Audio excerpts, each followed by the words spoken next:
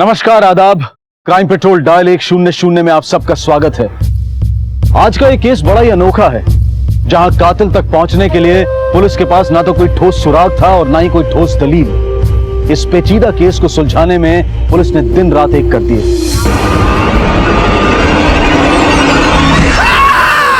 सांपों का जहर इस्तेमाल करके बहुत लोगों को मारा जाए।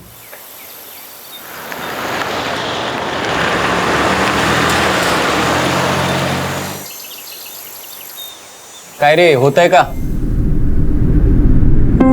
अन भाई, हाँ बस तू अंदर सांभाळू ना, बटन चालू करा। वाह, हो गया आनंद भाई, हाँ अपना काम हो गया।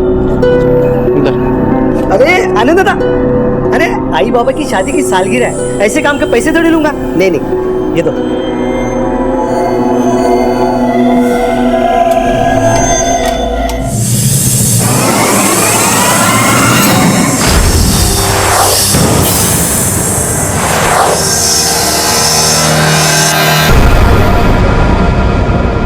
साहेब, बड़े साहब कुठे है? तिकडे साहेब, माझी कंप्लेंट लिहून घ्या। मेरे घर में चोरी हुई है। बसा। हाँ साफ साफ बोलो, क्या चोरी हुआ है? वो साहब, मेरे घर से बोला। सांप चोरी हुई है। क्या? सांप घर से? ये घर में सांप क्या कर रहे थे? साहेब, मी एक सर्पमित्र है। सांपों के बारे में लोगों के मन में काफी गलतफहमियां होती हैं, जिस वजह से काफी सांप बेवजह मारे जाते हैं। मैं उनकी जान बचाने की कोशिश करता हूं साहब। आज तक 30,000 से ज्यादा सांपों की जिंदगी बचाई है मैंने साहब। वो सब तो ठीक है, लेकिन ये सांप को घर में क्यों रखते हो? कोई गलत इरादा तो नहीं है? अरे नहीं साहब, कोई गलत इरादा नहीं है। मैं लोगों में जागरूकता बढ़ाने के लिए स्नेक कैंप्स करता हूँ। तो भाइयों, सांपों के बारे में हम सबको बहुत सारी गलतफहमियां होती है कि सांप काट देते हैं, सांप इंसानों को नुकसान पहुंचाते हैं, लेकिन ये सच बात नहीं है। सांप इंसान के दोस्त होते हैं, वो कभी किसी को तकलीफ नहीं पहुंचाते जब तक आप उनको तकलीफ ना पहुंचाए। हमारे देश में कई प्रकार के सांप मिलते हैं, उसमें से एक प्रजाति है नाग, किंग कोबरा। इनका जहर बहुत तेज होता है, लेकिन ये कभी भी पहला हमला नहीं करता। सांपों को खोजना, उन्हें जंगल में छोड़ना मेरा काम है, लेकिन ये मामला चोरी का है, तो आपकी मदद चाहिए मुझे। ये सांप विषारी होते का? मुझे ज्यादातर घर में रहने वाले सांप विषारी नहीं होते, पर वो सालवी, क्या वो सर, इनके घर पे चोरी हुई है, वो भी सांप। सांप? साफ साफ बताओ क्या माजरा है। साहब, मैं एक सर्पमित्र हूँ। पिछले हफ्ते शास्त्री नगर से मैंने 4 सांप पकड़े थे। वैसे तो जहरीले सांप मैं फॉरेस्ट डिपार्टमेंट को दे देता हूँ, या उन्हें इन्फॉर्म करके मैं जंगल में छोड़ आता हूँ। आपकी बार में इन्फॉर्म कर दिया था उनको, पर थकान की वजह से मैं जंगल नहीं जा पाया सर। कौन से सांप थे? नाग होते साहब। कैसे हुई चोरी? सर, मैं अपनी फैमिली के साथ फिल्म देखने गया था, तो घर वापस लौटा तो देखा तो ताला टूटा हुआ था सर। देखो, ये ताला कैसे टूटा? हम तो दरवाजे बंद करके गए थे। क्या?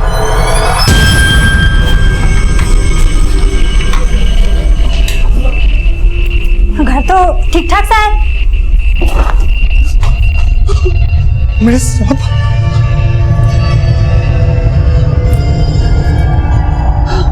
नैना, मेरे 4 सांप। अरे ये सब सांप मुझे फॉरेस्ट डिपार्टमेंट को देना था। घर से कुछ और भी चोरी हुआ है? नहीं साहब, सिर्फ 4 सांप।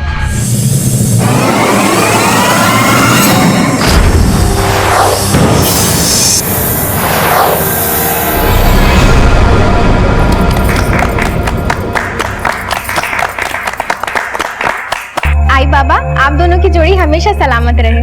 खुश रहो। वाह वाह, नमस्कार पाटील साहब, अभिनंदन।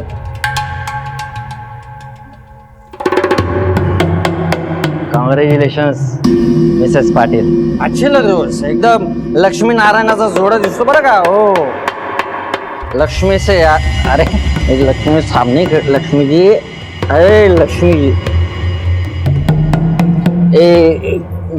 गिफ्ट नहीं लाई तू? नहीं लाई? Sorry Mrs Patil, no gift. वैसे भी ये हमारे छोटे मोटे गिफ्ट से आपको कहाँ तसल्ली मिलेगी, कहाँ पसंद आएंगे हैं? हमारा बड़ा गिफ्ट तो आपने हमसे छीन लिया, हमारे बाबा छीन लेना। ये चोरी सच में हुई है या तुमने ही कुछ करवाया? काय बोलता तुम्ही? मैं अपने घर में चोरी कराऊंगा क्या? 4 जहरीले सांप पकड़ के तुम घर लाते हो, फिर लापरवाही में उन्हें घर छोड़कर पिक्चर देखने चले जाते हो और चोरी हो जाती है, सांप गायब। तुम्हारे अलावा कोई और भी जानता है इन सांपों के बारे में? सर मैं, मेरी बीवी नैना, मेरा बेटा राहुल, मेरा छोटा भाई प्रदीप घर पे रहते हैं। चारों को सांपों के बारे में पता है साहब। लोगों की जिंदगी का सवाल है साहब, प्लीज मेरी मदद कीजिए। चलो हो सर, लवकर है सब। सर आइए सर, ये देखिए, बड़ी सफाई से ताला तोड़ा गया, किसी शातिर अपराधी का काम लगता है।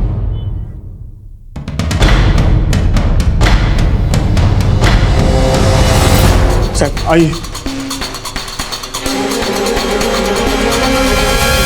साहब ये चारों सांप यहीं पर थे साहब, पता नहीं घर में कौन आया और सारे सांपों को ले गए। सालवी, पूरे घर की तलाशी लो। सर ये कौन? साहब मेरा छोटा भाई प्रदीप है। ये जानता था सांपों के बारे में? नहीं सर। तुम्हारा भाई कहाँ है? साहब वो एकदम बेकार आदमी है, भटक रहा होगा कहीं इधर उधर काम के बहाने।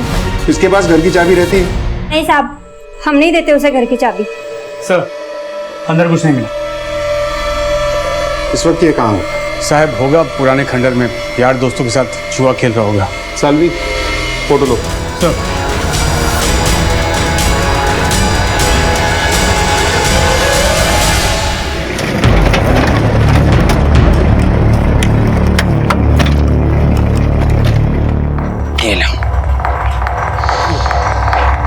मेरा तो यार नसीब खराब है यार, दोबारा पट्टे मातो यार।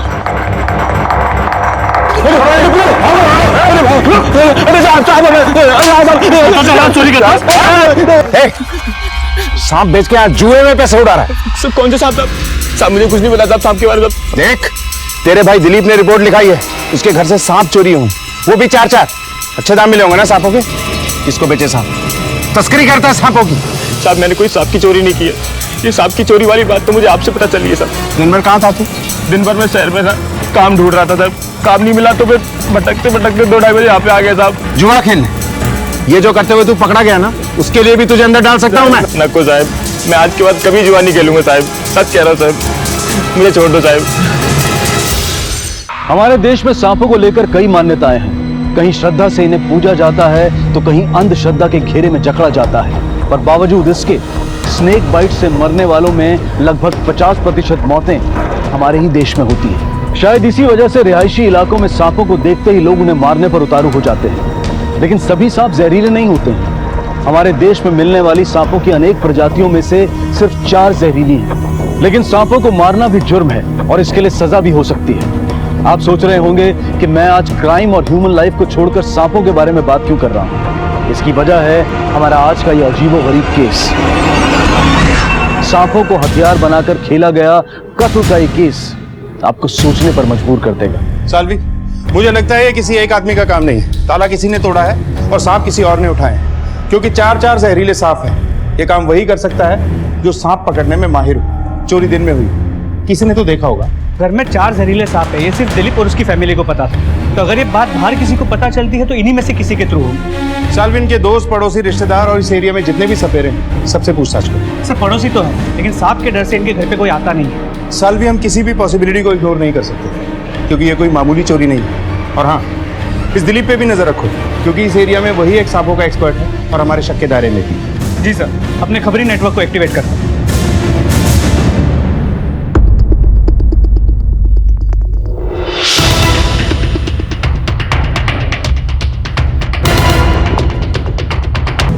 तुमचा अंदाजा बरोबर है, स्नेक बाइट। लगता है रात को ही मरा है। सर जिन सांपों की चोरी हुई थी, ये उनमें से किसी सांप का काम तो नहीं? हो सकता है। दिलीप का घर यहाँ से 2 किलोमीटर की दूरी पर है। कहीं ऐसा तो नहीं कि चोर से कोई सांप छूट गया हो। सालवी, फॉरेस्ट डिपार्टमेंट से संपर्क करो और उन्हें इस घटना की जानकारी दो। सर कोई जानता है ये यहाँ कब से था? हाँ साहब, ये यहाँ पर 6-7 महीने से यहीं पर रहता था और इसका रोज झगड़ा गैरेज वाले के साथ होता था।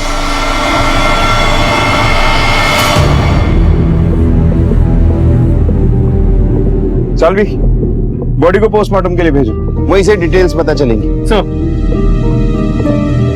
जहरीले सांपों की चोरी और इस भिखारी की मौत के बीच में क्या कोई कनेक्शन था?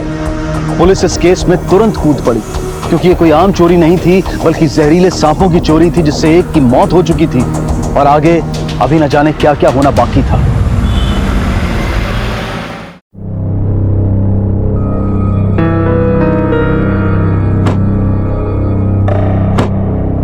आई बाबा, यही वो जगह है। अब ये पूरा प्लॉट हमारा होने वाला है। आप लोग अंदर चलिए, मैं आता हूँ थोड़ी देर में। अरे तू चल ना आमच्या बरोबर, तू क्यों जा रहा है? आई, ये दत्ता का प्लॉट है, वो यहीं पर आने वाला था लेकिन कहीं दिख नहीं रहा। मैं उसे जरा गांव में देख कर आता हूँ।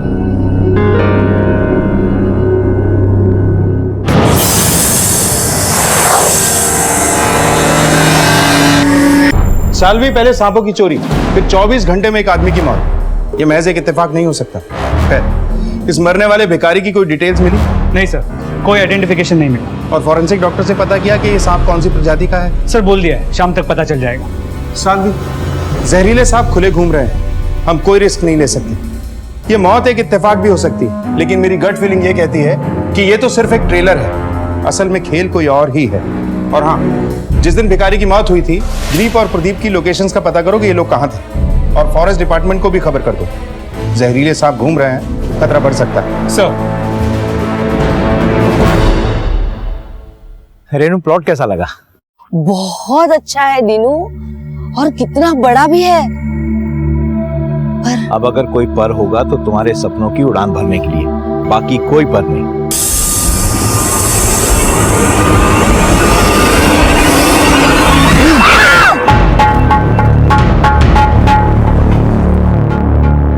दुकान के मालिक तुम ही हो? हाँ जी। तूने ही मारा है ना उसे? मैंने तो सुना था कि वो सांप काटने से मरा है। सुना तो हमने भी बहुत कुछ तेरे बारे में। काफी पैंतरे आजमाए थे ना तूने उसे यहाँ से भगाने के लिए। हाँ, तकलीफ थी मुझे उससे। मेरे धंधे के आगे दिन रात पड़ा रहता था और गंदगी फैलाता था। बदबू के मारे साहब रहना मुश्किल हो गया था। तो मरवा दिया उसे, वो भी सांप से कटवा के। अच्छा हुआ साला मर गया, जान छूटी। तेरे दुकान के सामने उसकी मौत हुई है। तू हमारे शक के घेरे में है, हर पल तुझ पे हमारी नजर रहेगी। चलो, ये ले, ये तेरा टिफिन है और ये पानी की बोतल।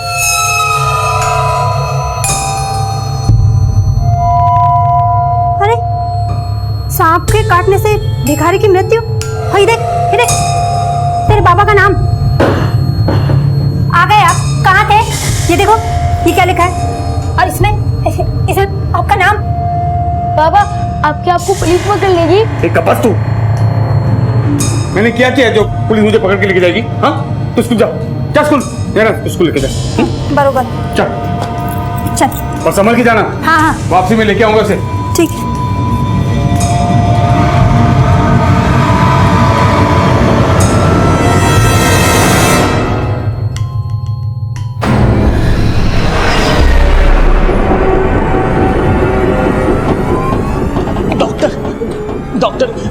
नर्स, नर्स प्लीज जल्दी डॉक्टर को बुला दीजिए। मेरे आई बाबा वहाँ पे इमरजेंसी है, प्लीज।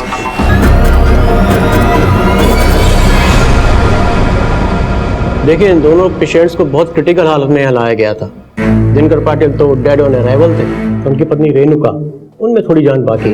हम उन्हें बचाने की पूरी कोशिश कर रहे हैं। और इंस्पेक्टर साहब, ये स्नेक बाइट्स का अनयूजुअल केस है। एक और स्नेक बाइट केस? लेकिन ये अनयूजुअल है, ये एक्सीडेंटल स्नेक बाइट नहीं है, कुछ और ही है।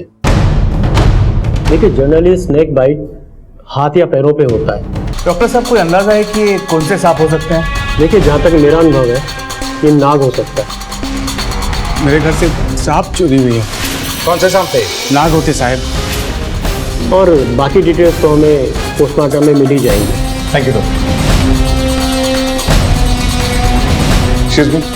पाटिल फैमिली से यहाँ कोई है क्या? जी सर, कहीं हम लोग ही हैं।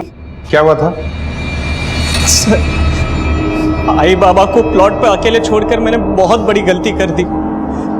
दोनों बहुत खुश थे और अचानक उन्हें सांपों ने काट लिया। ये आशा नहीं, मर्डर है। तुम्हारे बाबा की किसी से कोई दुश्मनी थी? नहीं सर, किसी से कोई दुश्मनी नहीं। जब ये घटना हुई उस वक्त तुम कहाँ थे? मैं आई बाबा को प्लॉट पे छोड़कर दत्ता झुंझले से मिलने गया था। दत्ता उस प्लॉट का मालिक है। वो प्लॉट पे ही आने वाला था लेकिन आया नहीं, इसलिए मैं उसे ढूंढने गांव चला गया था। अच्छा, घर पे प्रॉपर्टी को लेके कोई झगड़ा था क्या? नहीं नहीं सर, ऐसी कोई बात नहीं है। बाबा का तो हर काम बहुत ही सटीक होता था। और सर, उन्होंने तो पहले ही प्रॉपर्टी और पैसों का बंटवारा कर दिया था। घर में कौन कौन है? हम दो भाई, ये मेरी वाइफ हर्षा और ये मेरे छोटे भाई स्वानंद की वाइफ मनीषा। तुम्हारा पति कहाँ है? सर, वो बाबा ने दूसरी शादी की थी ना, तो उनका और रेणुका माँ का नहीं जमता था, तो वो नहीं आए। हमें मौका वारदात पे ले चलो। जी सर।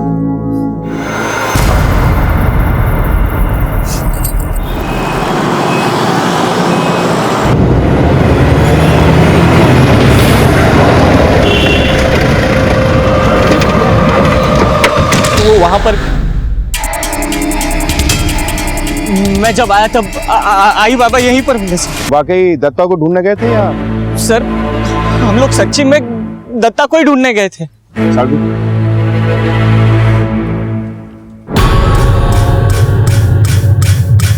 नजर रखो इन दोनों।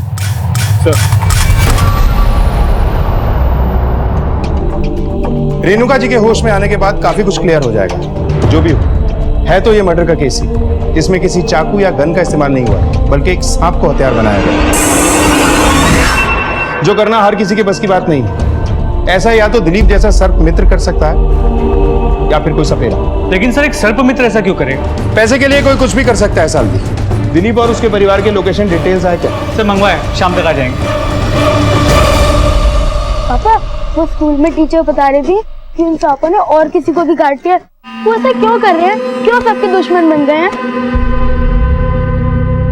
बेटा, दुश्मन सांप नहीं, इंसान ही इंसान का होता है।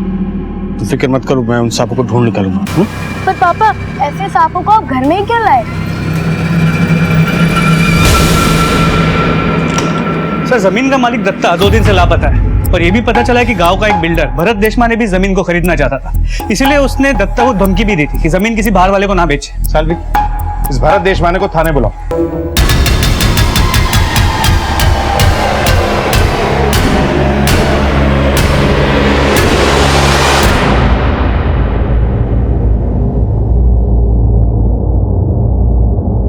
पुलिस को अब यकीन हो चला था कि दिलीप मोकाशी ने चोरी का झूठा केस दर्ज कराया था। मेरे घर से सांप चोरी हुई है। क्या? सिर्फ 4 सांप। और हो ना हो, वो ही इस सब में शामिल था। और इसके अलावा कोई करीबी है जिसने उसे इस्तेमाल किया था। पुलिस कड़ी से कड़ी जोड़ने और इस केस से जुड़ी हर छोटी बड़ी इंफॉर्मेशन को जमा करने में जुटी थी। उन्हें तलाश थी जमीन के मालिक दत्ता की। दत्ता के पीछे खबरियों को लगा दिया, जल्दी कुछ इंफॉर्मेशन मिल सकती है। नमस्कार साहब। देशमाने, भरत देशमाने नाम है मेरा। जमीन खरीदने का लालच इतना बढ़ गया था कि जमीन के मालिक दत्ता को गायब कर दिया और जमीन खरीदने वालों की जान ले ली। क्यों? 6 प्रोजेक्ट चालू है साहब मेरे। मुझे जमीन की इतनी जरूरत नहीं कि मैं उसके लिए किसी की जान ले लूं या किसी को गायब कर दूं। और रही बात धमकी की, तो मैंने उसे धमकाया नहीं था, समझाया था। फ्री में नहीं मांग रहा था जमीन, बाकायदा खरीद रहा था, वो भी अच्छे दाम देकर। ये एक मर्डर केस है। जब तक हमारी इन्वेस्टिगेशन पूरी नहीं हो जाती, शहर छोड़कर कहीं मत जाना। बिल्कुल नहीं जाएंगे साहब। और हाँ, कुछ मदद लगे तो जरूर याद करना। नमस्कार।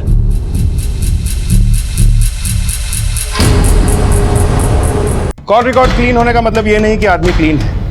नजर रखो इसको। एक एक आदमी से पूछताछ करो, पता करो क्या उस दिन कोई दूसरी गाड़ी भी गई थी उस तरफ। वैसे तो हमारे शक के दायरे में आनंद और सूर्य है, मगर फिर भी शायद कुछ हाथ लग जाए।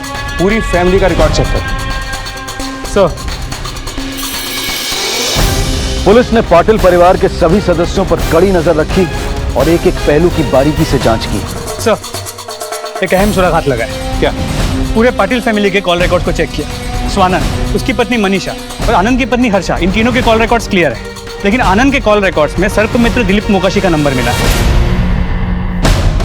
सालवी, इस आनंद पे मुझे पहले से शक था। उठा के लाओ इसे। सर। सर्प मित्र दिलीप को कैसे जानते हो? सर, एक्चुअली हुआ यूं था कि एक बार हमारे कार में सांप घुस गया था, तो हमने दिलीप को ही बुलाया था। बाबा ने उसे खुश होकर इनाम भी देना चाहा, लेकिन उसने लेने से इनकार कर दिया। बोल रहा था कि अगर हेल्प ही करनी है तो उसे एक नया लैब ओपन करना था, उसके लिए हेल्प करें। तो लैब के लिए पैसे का लालच देकर दिलीप से ही अपने बाप को मरवा दिया तुमने? सर ये आप क्या बोल रहे हैं सर? मैंने ऐसे कुछ नहीं किया सर। क्या किया है, कैसे किया है, सब सामने आ जाएगा।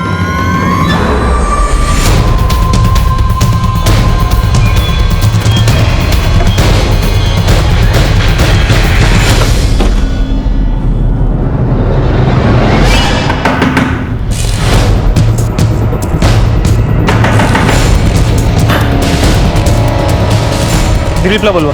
साहब वो तो 2 दिन से घर नहीं लौटे। तुम्हें पता नहीं क्यों का? साहब गए होंगे हमेशा की तरह इधर उधर कहीं साहब को ढूंढते हुए। अगर वो घर लौटे या तुम्हें कांटेक्ट करे, फौरन थाने आके हमसे मिलने को बोलो। चलो। जी सर, हम अपनी तरफ से पूरी कोशिश कर रहे हैं। बहुत जल्द आपके सामने रिजल्ट होंगे सर। ठीक, जय हिंद सर। सर दिलीप 2 दिन से घर नहीं आया। चल, मुझे लगता है ये कांड दिलीप और आनंद का ही किया हुआ है।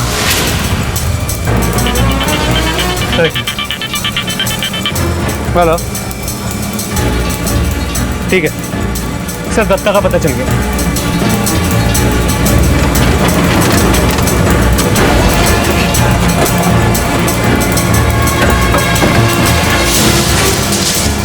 हट जाइए यहाँ से, हटिए हटिए।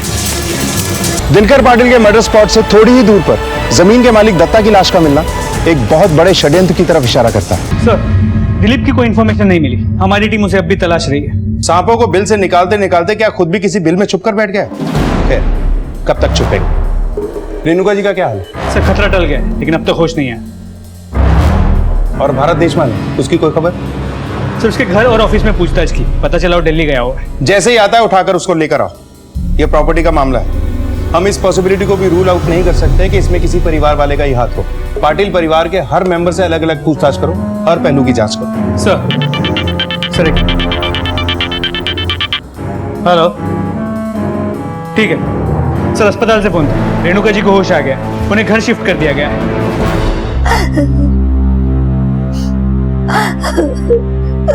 भाई संभालिए अपने आप को।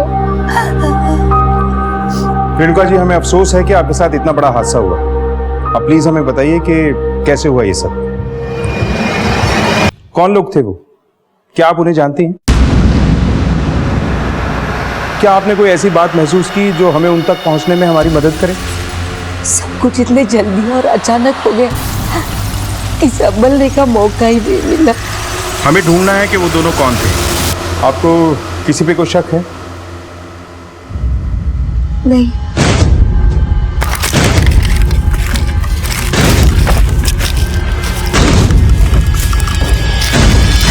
सर दत्ता की पोस्टमार्टम रिपोर्ट, इसके मुताबिक उसके मरने का दिन और वक्त वही था जब दिनकर पाटिल की मौत हुई थी। यही उम्मीद थी, वही सांप वही टाइमिंग। सर पूरे पाटिल फैमिली की इंक्वायरी की है। ऊपर से तो सब कुछ ठीक है, लेकिन कुछ अंदरूनी बातें सामने आई। जैसे उस प्लॉट पे रेणुका जी का सपना था कि एक बड़ा सा इंटरनेशनल स्कूल बने, और वो सपना पूरा करने के लिए दिनकर जी अपनी पूरी पूंजी लगाने की सोच रहे थे। 2 बेटे हैं, दौलत हाथ से न निकल जाए इसलिए बाप को मरवा दिया। इन दोनों भाइयों के बारे में क्या पता चला? सर बड़ा बेटा आनंद बड़ा ही शातिर और समझदार, उसने अपने लिए एक अलग सा घर बना भी लिया। उसकी बीवी हर्षा बड़ी सीधी सादी। छोटा बेटा स्वानंद नशे का आदी, हमेशा नशे में धुत रहता है, अपने लिए कभी कुछ कर नहीं पाया। उसकी बीवी मनीषा, स्वानंद उसे हमेशा मारता पीटता है, इसलिए वो हमेशा चुपचाप रहती है, किसी से ज्यादा बातचीत नहीं करती। उठाओ सबको। सर बाबा ने सारी प्लानिंग मुझसे बताकर ही की थी। मुझे कोई प्रॉब्लम नहीं थी क्योंकि उन्होंने घर के लोगों को ही स्कूल के ट्रस्टी बनाने का फैसला किया था। सर बाबा का फैसला एकदम सही था। वो आई का सपना पूरा करना चाहते थे, उनके लिए स्कूल खोलना चाहते थे। वो सबके लिए एक जैसा सोचते थे सर। हमारे घर में हर कोई अपने बारे में सोचता था सर। बाबा मुझे हमेशा मारते थे, लेकिन वो भी क्या करते, मैं था ही नालायक बेटा। सर मेरे पति दिल के खराब नहीं है, पर शराब की आदत ने उन्हें इतना बिगाड़ दिया है कि हर रोज मारपीट की आदत हो चुकी है उनकी। बाबा की तो आदत ही थी सर, एक बार जो बात ठान लेते थे उसे वो पूरा करके ही मानते थे। भाई के सपने को उन्होंने अपनी जिंदगी का मकसद ही बना लिया था। मकसद तो नेक था, लेकिन सर किसी ने नहीं सोचा था कि ये सब हो जाएगा। अगर ये मर्डर है तो घर वालों में से कोई मर्डरर नहीं हो सकता। करना तो बहुत कुछ चाहता था सर मैं, लेकिन मेरे घर में मुझे समझने वाला कोई नहीं था। मेरे सपने चूर चूर करके बाबा उस बुढ़िया के सपने पूरे करने लगे। सर सारे सपने टूट गए, सब कुछ खत्म हो गया। सर ये सब नसीब का खेल होता है। ठीक है, अब जा सकते हैं। पुलिस ने बारीकी से प्लॉट का मुआयना किया तो पता चला कि वहां पहुंचने का दूसरा रास्ता भी है। इसी शक को आधार बनाकर पुलिस ने सभी ऑटो और टैक्सी ड्राइवर से पूछताछ की और उनके हाथ एक ऐसी अहम कड़ी लग ही गई जिसने इस केस को एक नया मोड़ दे दिया। साहब, ये धामाजी रोकड़े, ऑटो रिक्शा वाला, इसने उसी दिन 2 लोगों को छोड़ा था उस प्लॉट पे। हाँ साहब, उस दिन मैंने रिक्शा से 2 लोगों को दत्ता के प्लॉट पे छोड़ा था, फिर वापस उनको बस स्टैंड में छोड़ दिया मैंने। उन दोनों में ये भी था क्या? नहीं साहब, ये नहीं थे। दोनों की शक्ल याद है? स्केच बनवा सकते हो? हाँ साहब।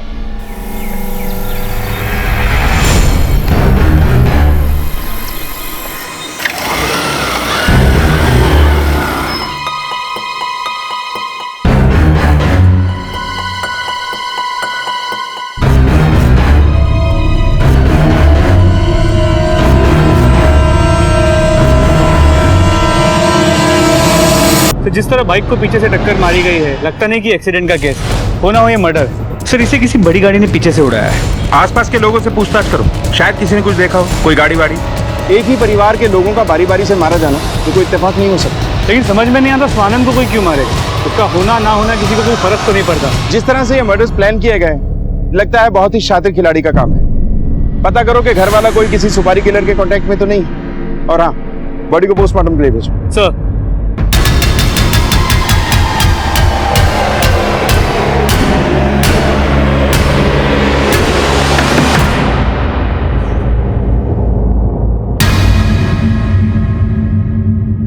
हेलो, ठीक है, उठा ला उसे थाने। सर ये दिलीप घर पे लौटा है, उसे थाने उठा के लाने के लिए बोल दिया है। क्यों रमेश, कहाँ थे सर? कहाँ था इतने दिन?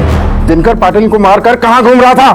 उन्होंने उनसे पैसे मांगे थे, मार दिया उन्हें। नहीं सर, मैंने दिनकर पाटिल को नहीं मारा साहब। हाँ, मैं जानता जरूर उनको।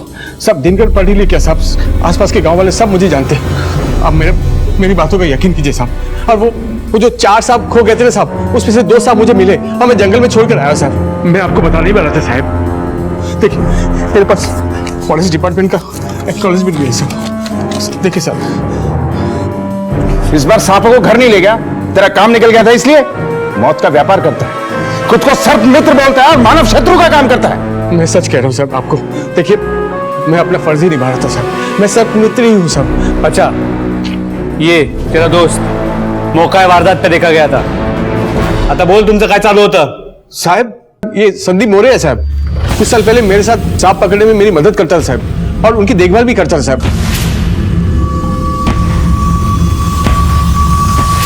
कहाँ मिलेगा ये संदीप मोरे? कौन था जो ये मौत का खेल खेल रहा था? पाटिल परिवार को जड़ से मिटाने की साजिश रच रहा था। पुलिस ने हर दिशा में खोज शुरू कर दी। अभी नागपुर पुलिस से इंफॉर्मेशन मिली। इस दूसरे स्केच का मैच नागपुर पुलिस के रिकॉर्ड में मिल गया।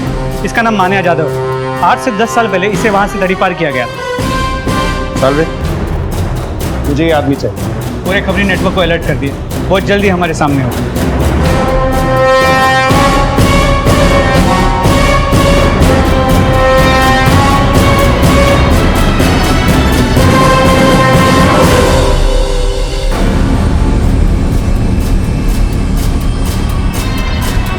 साहब, आपने जिसका स्केच दिया था वो बस्ती में आ गया है।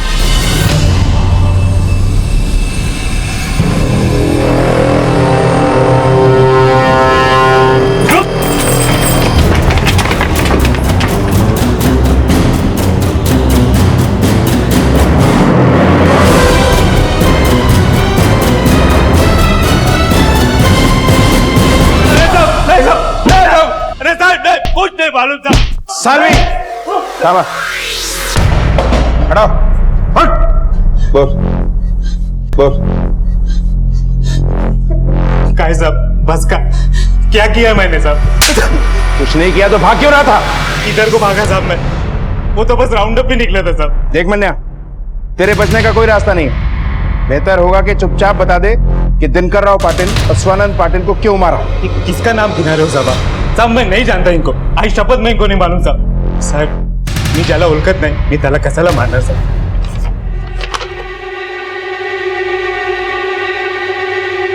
ये तू ही है ना? गंगापुर से शिवड़गांव तेरा भूत गया था, जिस ऑटो में तू गया था ना, उसी ने ये स्केच बनवाया। गंगापुर शिवलगांव आज तक मैं नहीं गया सर। सब जरूर आप लोग को कुछ गलत फहमी हुई सर। सर ये मोटी चमड़ी का है, ऐसा नहीं मानेगा। सालवी, कानून के डंडे के आगे हर चमड़ी पिघल जाती है।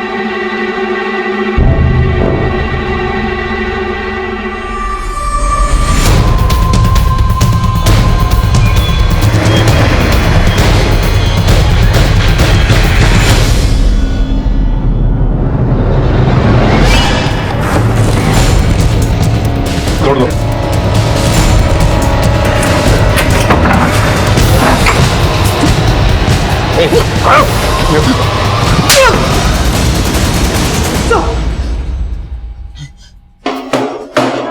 चल, अब सच बता, वरना तेरी खाल खींच लूंगा। बोल।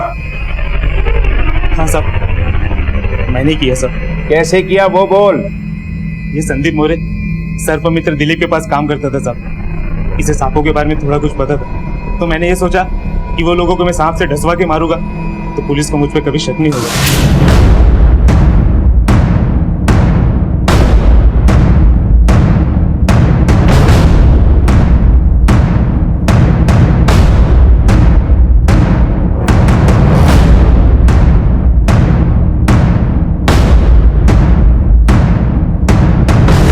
हमेशा सपेरे सांप और सर्प मित्र के पीछे घूमते रहे। चाल तो बहुत अच्छी चली थी तुम लोगों ने। सर, हमने पहले ही प्लान करके रखा था साहब, सिर्फ मौके की राह देख रही थी।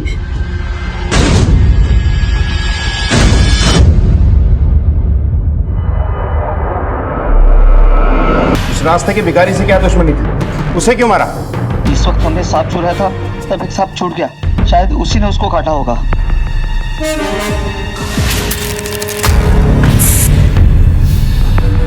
दत्ता को क्यों मारा? एक बेजुबान जानवर को बदनाम करके अपना उल्लू सीधा कर रहे हो तुम लोग। किसके कहने पे किया ये सब? किसके कहने पे किया ये सब? क्यों किया ये सब? मेरा पति औरतों को पैर की जूती समझता था सर। लोगों को बाहर से ये घर स्वर्ग जैसा लगता था, लेकिन मेरे लिए नर्क से बदतर था। शिकायत तुम्हें अपने पति से थी, फिर दिनकर पाटिल और रेणुका पाटिल पर हमला क्यों करवाया? सर, मेरे सास ससुर कभी मेरा साथ नहीं दिया, हमेशा अपने उस शराबी बेटे का साथ दिया। बाबा, इन रोज रोज की किटकिट और मारपीट से मैं परेशान हो गई हूँ, और कितने दिन से हूँ मैं ये सब। एक पत्नी होने का हक कभी नहीं दिया उन्होंने मुझे। आई बाबा, आप ही उन्हें क्यों नहीं समझाते कुछ? मैं हार गई उनसे। अब हार तो हम गए सुन भाई, और इसमें भी सिर्फ तुम्हारा दोष है। मर्द के पांव उस वक्त डगमगाते हैं जब औरत में काबिलियत नहीं होती उसे बांध के रखने की। तुमसे ज्यादा उसे शराब में सुख मिलता है, इसलिए तुमसे दूर रहता है। मनीषा, पति को बांधना औरत का काम होता है और तुम उसमें फेल होती जा रही हो। स्वानंद को क्यों मरवाया? सर, उसे नहीं मारती ना तो वो एक दिन मुझे मार देता था। बाबा के मरने के बाद स्वाहिन मुझे और भी परेशान करने लगा था। माना कि तुमने बहुत कुछ सहा है, झेला है, लेकिन इसका यह हल हरगिज नहीं था जो तुमने किया। जो जहर तुमने दूसरों की जिंदगी में घोला है ना, अब अपराध का वही जहर तुम्हारी बाकी की जिंदगी में घुल गया।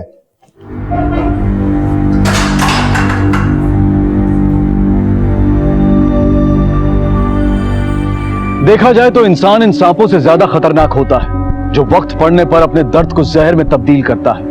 ऐसे में दर्द देने वाला और उस दर्द से छुटकारा पाने के लिए जुर्म का रास्ता इख्तियार करने वाला दोनों ही दोषी होते हैं। यह दर्द ही हमारे जीवन में जहर भरता है और इसीलिए हमें इस जहर का पुख्ता इलाज ढूंढना चाहिए।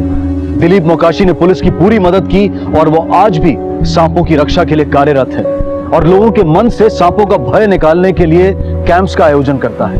मनीषा की नाकाम शादीशुदा जिंदगी के मामले में दिनकर और रेणुका ने मनीषा को ही दोषी ठहराया, जिसका नतीजा मनीषा की नफरत के रूप में सामने आया और उसने बदले की आग में अपना ही घर जला दिया। दूसरों को मौत बांटने वाली मनीषा जेल की सलाखों के पीछे है। जिस जहर से उसने खुशियां खोजने की कोशिश की, वही जहर उसकी जिंदगी में घुल गया। इस जहर भरी जिंदगी से अगर कोई छुटकारा हो सकता था तो वो था इस विकृत सोच से छुटकारा। देखते हैं हमारे आज के एपिसोड की दूसरी पार्ट।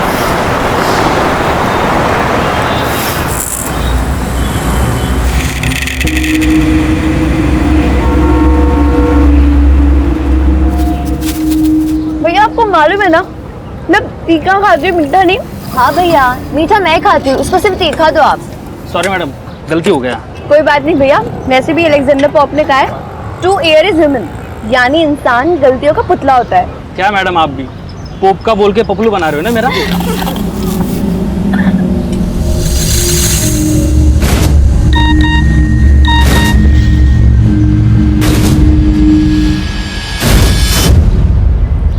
ये देख,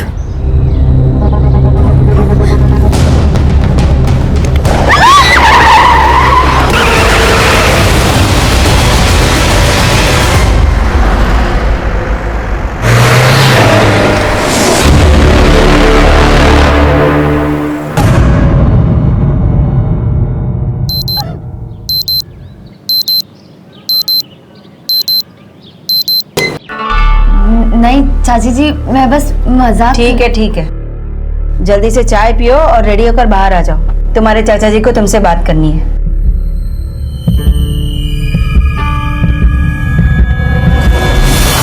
तुम दोनों सगी बहनें नहीं हो, लेकिन तुम्हें देखकर कोई नहीं कह सकता कि तुम सगी नहीं हो। पापा, रिश्ता कोई भी हो, बट रिश्ता विदाउट दोस्ती इज नथिंग। अब जैसे मेरे लिए आप पापा ही नहीं दोस्त भी हो, वैसे मेरे लिए बनना भी है। वंदना, कल तुम्हारी अपनी मम्मी और मामा से बात हुई थी ना? हाँ चाची जी, मम्मी से बात हुई थी। क्या कहा उन्होंने? ऐसे नॉर्मल बात हुई।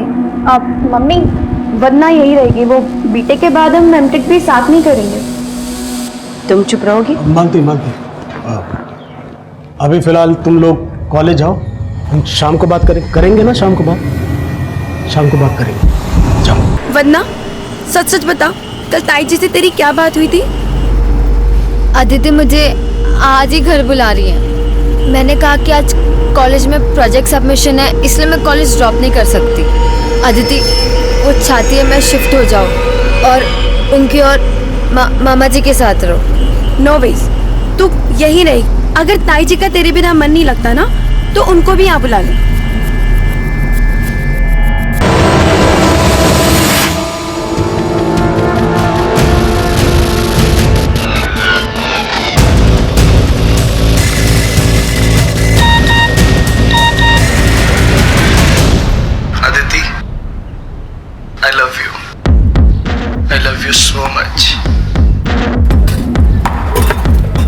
अदिति, क्या हुआ? ये देख,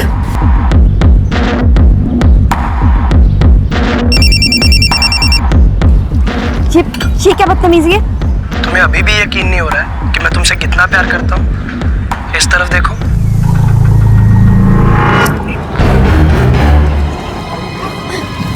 अदिति नहीं, इसके मुंह लग के कोई फायदा नहीं है। हम ना घर जाते हैं और चाचा जी को सब कुछ बताते हैं।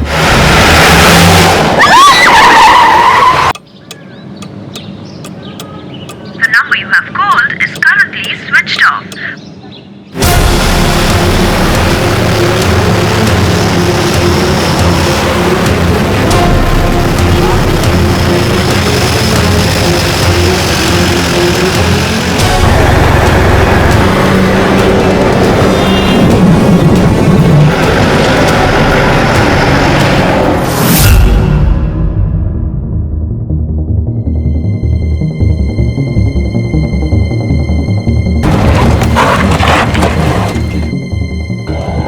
सर, मैंने ही फोन किया था आपको, यहीं किडनैपिंग हुई है। हाँ सर, हम लोगों ने रोकने की भी कोशिश की, लेकिन उन चारों में से एक के पास गन थी। ये देखिए सर वीडियो।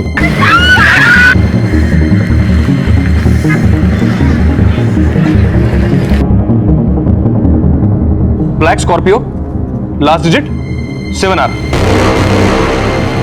सेक्टर 22 से 143 पे किडनैपिंग हुई है। ग्रेटर नोएडा की तरफ निकले हैं, ज्यादा दूर नहीं पहुंचे होंगे। ग्रेटर नोएडा और दादरी की पेट्रोलिंग टीम को अलर्ट करो। Right sir. नहीं सर, पहचानते तो नहीं है, लेकिन हाँ अक्सर इन लड़कियों को इस गोलगप्पे वाले के पास खाते हुए देखा है। ये गोलगप्पे वाला कहाँ है? अभी तक तो यहीं था सर। सिंह, पता करो गोलगप्पे वाला कहाँ है। Okay sir. 2 लड़कियों को ब्लैक स्कॉर्पियो में किडनैप किया गया। ग्रेटर नोएडा और दादरी की पेट्रोलिंग टीम अलर्ट रहे। Hello, I repeat, last digit 7R black Scorpio. आगे से टर्न लो, फास्ट।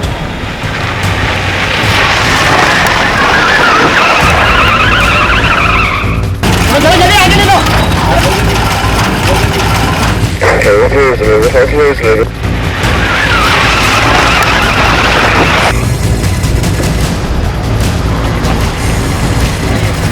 किसी भी पल वो बलात्कार का, हत्या का शिकार हो सकती थी। उनके अपहरण का मंजर एक चश्मदीद ने अपने मोबाइल फोन में रिकॉर्ड कर लिया था और देखते ही देखते वो वीडियो वायरल हो गया, एक ब्रेकिंग न्यूज बन गया। इस वायरल वीडियो ने पुलिस और प्रशासन दोनों को सकते में डाल दिया था और इस केस की कमान तुरंत नोएडा के एसएसपी को सौंप दी गई और दोनों लड़कियों को सही सलामत बचाने की अफरा तफरी के बीच अपहरणकर्ताओं को भी इस वायरल वीडियो की खबर मिल गई। जैन सर, सेक्टर 22 के किडनैपिंग केस का क्या स्टेटस है? सर ग्रेटर नोएडा और दादरी की सभी पेट्रोलिंग टीम्स अलर्ट पे हैं, लेकिन अभी तक कोई अपडेट नहीं आया। वीडियो वायरल हो चुका है। ग्रेटर नोएडा और दादरी नहीं, हापुड़ तक अलर्ट भेजो और दिल्ली के बॉर्डर्स के आसपास जितने भी चेक पोस्ट हैं, सबके सब सील कर दो। ये काम किसी गैंग का लगता है। ये किडनैपर्स व्हीकल चेंज करके डायरेक्शन चेंज करने की भी कोशिश करेंगे। मुझे तो लगता है ये ब्लैक स्कॉर्पियो जो है, ये भी चोरी की हो सकती है। लेकिन सर नोएडा, गाजियाबाद, मेरठ और दादरी के सभी पुलिस स्टेशंस में ब्लैक स्कॉर्पियो चोरी होने की कोई कंप्लेंट नहीं है। मैं दिल्ली की पुलिस से कांटेक्ट करता हूँ। तब तक तुम पूरी कोशिश करो ये पता लगाने की कि ये लड़कियां कौन है। शायद उनके पेरेंट्स से बात करके किडनैपर्स की कोई लीड मिल सके। जी सर। मालती, मालती। अरे कहाँ थे आप? हाँ, मैं कब से आपको फोन लगा रही हूँ, फोन क्यों नहीं उठा रहे थे? फोन? अरे यार दुकान पे भूला है।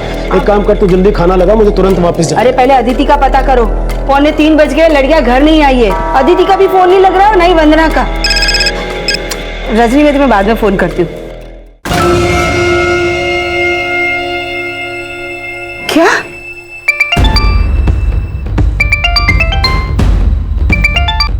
हेलो, गाड़ी का लास्ट नंबर 7 आ रहा है।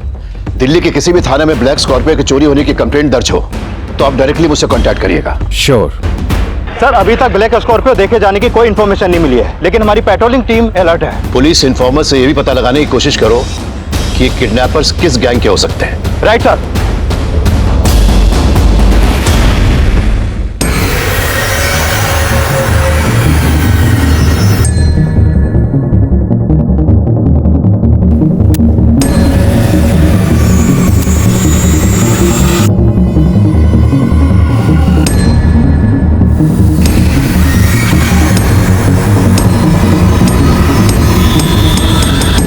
बाइक का नंबर नोट करना, UP-XX-102P। मुझे लगता है कि वीडियो में जो लड़का उस स्कॉर्पियो के पीछे गया वो जरूर उन किडनैपर के गैंग से ताल्लुक रखता है। ये काम जरूर उस कमीने हरिओम का होगा, छोड़ूंगा नहीं उसे।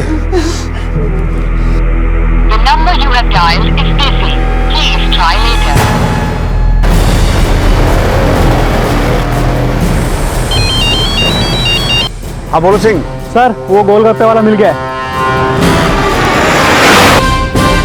सर अभी तक किसी भी सिग्नल पे न कोई स्कॉर्पियो कैप्चर हुई है न कोई बाइक। सर हो सकता है वो लोग बाईपास से दादरी रोड की तरफ निकले होंगे, लेकिन अभी तक किसी भी पेट्रोलिंग टीम ने हमें कोई अपडेट नहीं दिया है। लगता है उन्हें इस वायरल वीडियो और ब्रेकिंग न्यूज के बारे में पता चल गया है और शायद वो ग्रेटर नोएडा और दादरी के बीच में कहीं छिपे हो या फिर चुनिया के जंगल वाले रास्ते से वो हापुड़ का बाय रूट ले रहे हो। एक पेट्रोल टीम ग्रेटर नोएडा से इस रास्ते पर भेजो और दूसरी हापुड़ रोड से। हो सकता है कि इन रास्तों पर पड़ने वाले गांव में वो छुपने का प्लान बना रहे हो। जो वायरल वीडियो ने पहले ही ऐसी की तैसी कर रखी है और तुम लोगों ने लेने और देने के सिवा कुछ ना सूझा। Via Chuniya village Hapur road पे जाओ। I repeat, via Chuniya village Hapur road.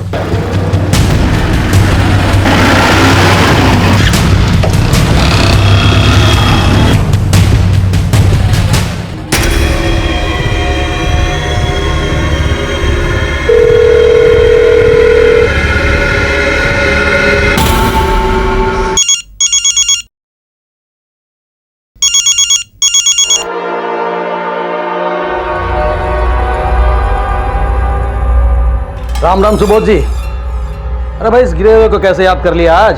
ये तूने अच्छा नहीं किया हरिओम। अरे बुरा तो आप चाहते हो हमारा और उल्टा हमें कोस रहे हो। अब कोसूंगा नहीं, थाने जाऊंगा और तेरी सारी नेतागिरी नहीं निकाली ना तो मेरा नाम भी सुबोध नहीं। सब माना कि वो दोनों लड़कियां अक्सर मेरे यहाँ गोलगप्पे खाने आती है, लेकिन हम ना उनका नाम जानते हैं नहीं पता। ये जो लड़का है इसे पहचानते हो? हाँ साहब, उन लड़कियों के साथ 1-2 बार देखा है मैंने इसे।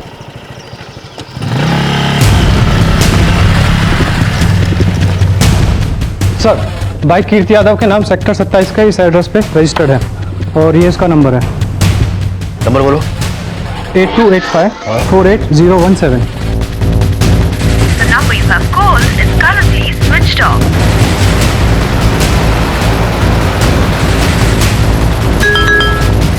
कीर्ति Yadav, flat number 16, sector 27, Noida. Sir आपका मैसेज मिला। ये कीर्ति यादव का एड्रेस है, वही बाइक वाला लड़का जो स्कॉर्पियो के पीछे गया था। तुम इसके घर जाओ। Okay sir. Sector 27, quick. Sir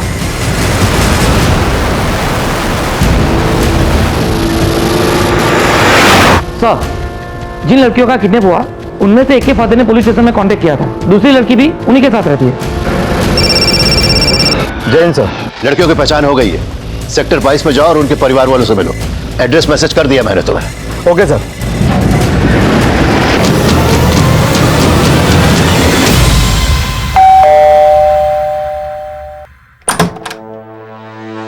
कीर्ति यादव यही रहता है? जी सर, वो मेरा रूममेट है।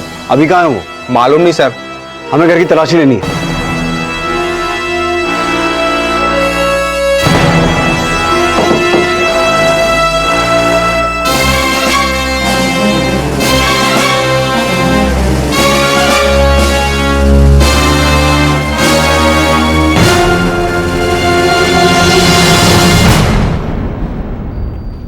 सर वो इस लड़की के लिए पागल था, प्यार करता है इससे, लेकिन ये लड़की उसे पसंद नहीं करती। फिर भी कीर्ति उसके पीछे ही पड़ा रहता है।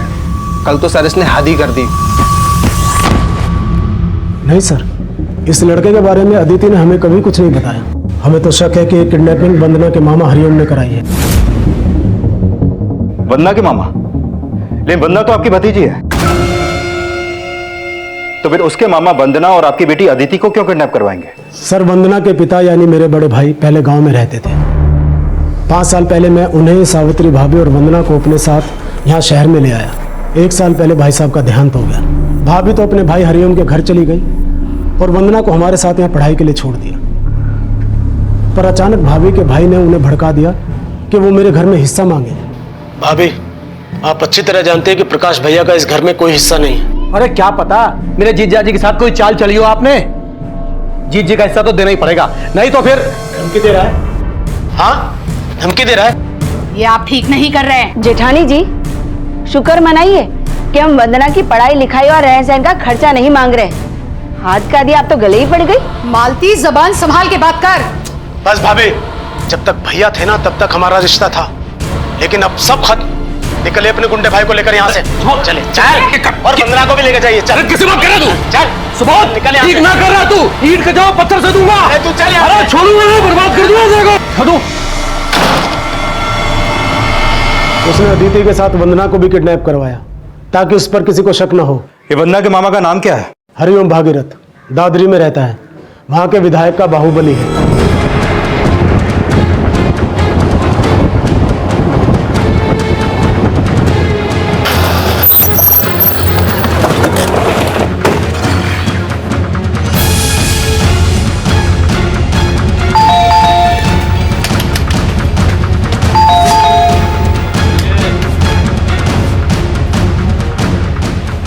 दरोगा जी, उस सुबोध का तो दिमाग खराब हो गया है।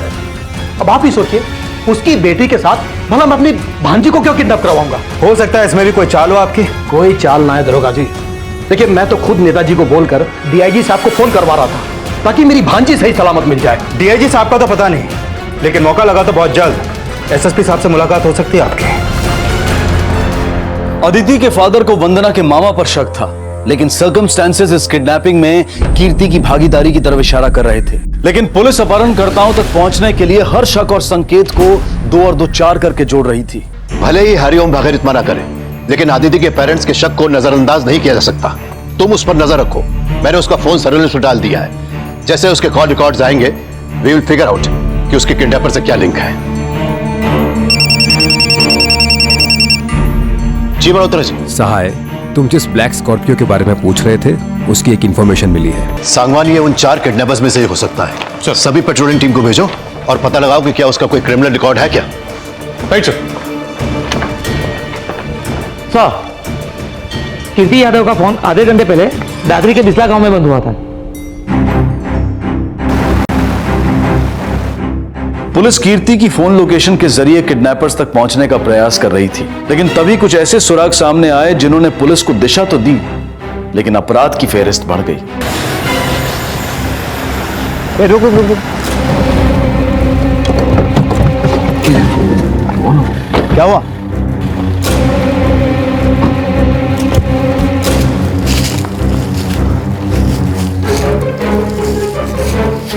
ये बाइक कीर्ति यादव की तो नहीं लगती, नंबर अलग है। सिंह, यहाँ खून है, यहाँ कोई ना कोई कांड तो हुआ है, लेकिन ये कांड लड़कियों की किडनैपिंग से रिलेटेड है कि नहीं ये देखना पड़ेगा। एक काम करो, आसपास सर्च करो। ओके।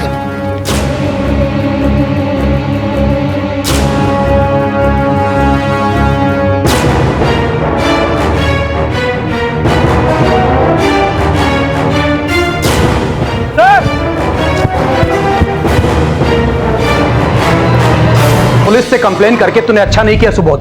क्यों? डर लग रहा है? तू समझ नहीं रहा है? अरे अदिति के साथ हमारी वंदना भी किडनैप हुई है। तू मुझे बेवकूफ समझता है क्या? अरे थू है तेरे जैसे आदमी पर। मुझसे बदला लेने के लिए अपनी भांजी को उठवा लिया। अगर मेरी अदिति को कुछ हुआ ना तो तू और तेरी बहन जिंदगी भर जेल में सड़ोगे, समझ ले। तू मुझे पपलू समझता है? पपलू समझता है मुझे? तेरी धमकी और डरने वाला नहीं हूं मैं। जो करना है कर ले जो करना है।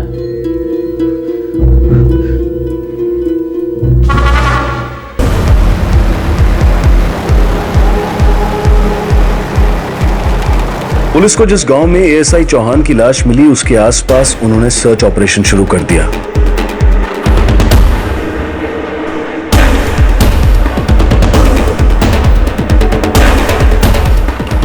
और जल्द ही उन्हें एक महत्वपूर्ण लीड मिली।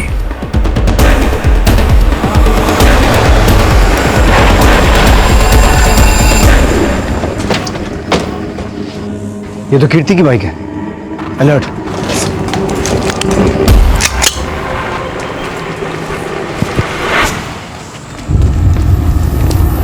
संभल के, उनके पास भी गन्स है।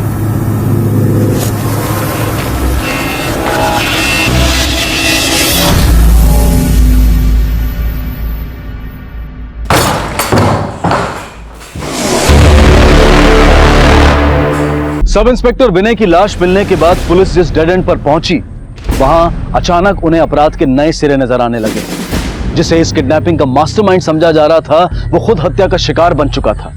उसकी हत्या क्यों हुई, इन सवालों में अदिति और वंदना तक पहुंचने के रास्ते ढूंढे जा रहे थे। पांडे, मैंने कीर्ति के कॉल रिकॉर्ड चेक किए, लेकिन ऐसा कोई नंबर नहीं मिला जो उसे किडनैपर से कनेक्ट करे। लेकिन इतना साफ है कि वो उनका पीछा करते हुए वहां पहुंचा होगा। सर, कहीं ऐसा तो नहीं कि कीर्ति अदिति के प्यार में पागल था, इसलिए किडनैपर्स के पीछे गया उसे बचाने के लिए? पांडे, कहानी कुछ भी हो सकती है। तुम बस इतना पता करो कि वो जगह किसकी है जहां कीर्ति की लाश मिली थी। जी सर।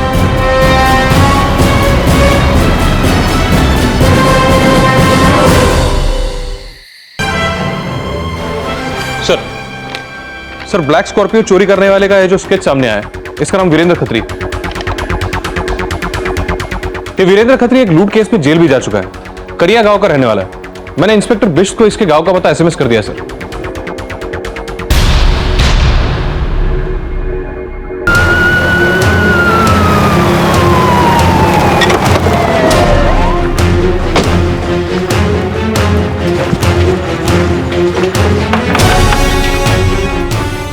साहब, जब से वो जेल से छूटा है तब से घर नहीं आया है वो। 2 लड़कियां किडनैप और 2 मर्डर करके फरार है आपका बेटा।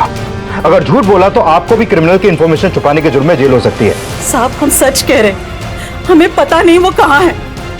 हम तो खुद परेशान है उसकी इन हरकतों से। जब से उस हितेश बलियान से दोस्ती हुई है तब से हमारे हाथों से हमारा लड़का निकल गया। हितेश बलियान? हितेश बलियान? ये किडनैपिंग हितेश बलियान गैंग ने की? सर, 6 महीने से अंडरग्राउंड है वो। मैंने अपने सारे खबरियों को अलर्ट कर दिया। जैसे कोई इन्फॉर्मेशन मिलती है अपडेट करता हूँ आपको। हाँ पांडे, बोलो। सर, बिस्ला गांव में जिस जगह कीर्ति यादव की लाश मिली थी वो हरिओम भागीरथ के नाम पर रजिस्टर्ड है। अरे आखिर बात क्या? 1 मिनट, तूने बताई सर। अरे साहब सुनिए, साहब एक फोन तो करने दीजिए। ठीक है, निकल के बात करेंगे, थाने में करेंगे। अरे साहब सुनिए, मेरी बात क्या? अरे साहब साहब, जब से हितेश बलियान ब्लैकलिस्टेड हुआ तभी से मैंने उसे बॉयकॉट कर दिया है और सब मुझे फंसाया जा रहा है। इसमें हितेश बलियान के साथ साथ उस सुबोध का भी हाथ है। खुद को बचाने के लिए कुछ भी बके जा रहे हो? साहब, ये सुबोध बड़ा घुमना आदमी है। मेरी बहन को जायदाद में हिस्सा नहीं देना पड़े इसलिए मुझे फंसा रहा है। जरूर सुबोध के बेटे ने उस हितेश बलियान को हायर किया होगा। और साहब, अदिति को इसलिए उठवाया ताकि वो लोग ना फंसे। सुबोध का बेटा? हाँ साहब, केशव नाम है उसका। हफ्ते भर पहले उसने मुझे धमकी भी दी थी फोन पे। ज्यादा हिस्सा करके मेरे पापा को परेशान मत कर। तू किसी का भी बाहुबली होगा, लेकिन मैं अपनी पे आ गया ना, तेरी बल्लियां उखाड़ दूंगा, समझा? साहब, ये केशव और उसकी भाग की चाल है। पहले आपको मेरे खिलाफ भड़काया और फिर मेरे जगह पर लाश फेंकवा कर मुझे फंसा रहा है। साहब देखिए, मेरा कोई कसूर नहीं साहब, मैं बेकसूर हूं, मेरा यकीन कीजिए साहब। वो सरासर झूठ बोल रहा है सर। हमारा बेटा केशव तो यहाँ रहता ही नहीं, वो तो चंडीगढ़ हॉस्टल में रहता है। और वो अदिति ही नहीं, वंदना को भी अपनी सगी बहन समझता है। सर सुबोध के बेटे केशव का फोन बंद आ रहा है। सांगवान, अगर हरिओम की भी इस केस में इन्वॉल्वमेंट होती तो वो लाश अपने बिस्ला वाले घर में क्यों रखवाता? सर, हितेश बलियान और हरिओम भागीरथ में पहले 36 का आंकड़ा हुआ करता था। सर, हो सकता है सुबोध के बेटे ने हितेश बलियान को उसके खिलाफ यूज करने का प्लान बनाया।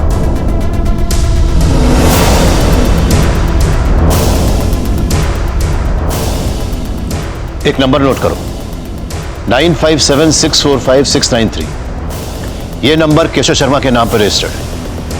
अगले 15 मिनट में मुझे इस नंबर के कॉल रिकॉर्ड्स चाहिए। सर, ये लोग पहले हितेश बलियान गैंग से जुड़े थे। सर, ये 1, 2 और 3 ये लोग तो अंदर है, बाकी बचे 2। इनमें से ये विनय है सर। इसका गांव परसोनी में पड़ता है, जो बिस्ला से ज्यादा दूर नहीं है। सर, हो सकता है हितेश बलियान गैंग अदिति और वंदना को परसोनी गांव ले गए हो। ठीक है सर, मैं तुरंत परसौनी गांव पहुंचता हूं। परसौनी गांव, जल्दी।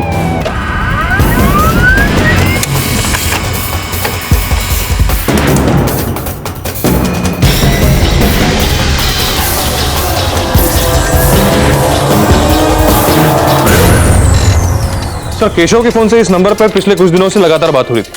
सर, मैंने काफी बार ट्राई किया लेकिन ये नंबर स्विच ऑफ आ रहा है।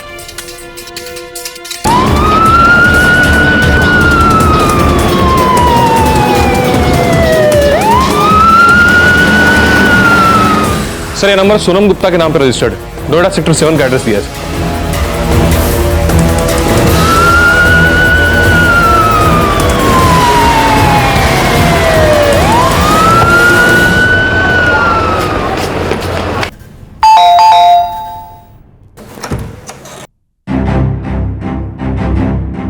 जी साहब, सोनम मेरी बेटी है। कल से वो लापता है और उसका फोन भी स्विच ऑफ आ रहा है। सर, ये सोनम गुप्ता और केशव शर्मा का फोन कल रात एक ही साथ बंद हुआ था। सोनम और केशव एक ही स्कूल में पढ़ाई करते थे। स्कूल खत्म होने के बाद केशव चला गया चंडीगढ़ पढ़ाई करने के लिए, लेकिन हमें नहीं पता था साहब कि स्कूल के बाद भी ये दोनों आपस में एक दूसरे के टच में थे। और एक रोज अचानक सोनम उसे घर पे लेके आई।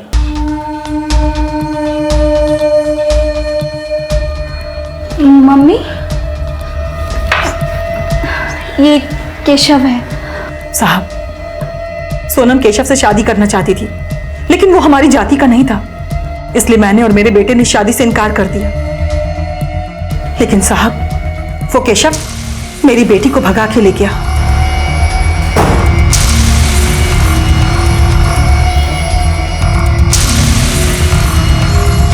अभी कहाँ है आपका बेटा? साहब, मेरा बेटा तो कल से अपनी बहन को ढूंढने गया है। उसका मोबाइल नंबर? जी साहब।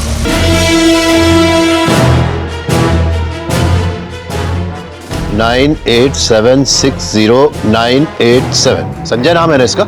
हाँ सर, इसकी माँ बोल रही है कि कल रात से अपनी बहन को ढूंढने के लिए निकला है और अभी मैं उसको कॉल कर रहा हूँ तो वो उठा नहीं रहा है। सर, संजय गुप्ता का फोन भी परसोनी में एक्टिव है।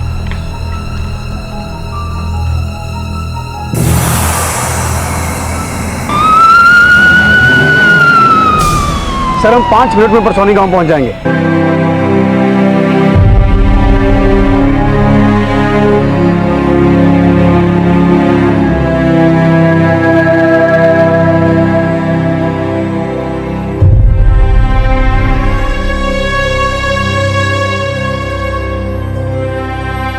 वंदना और अदिति के अपहरण के ठीक 7 घंटे बाद ही उन्हें सही सलामत बचा लिया गया।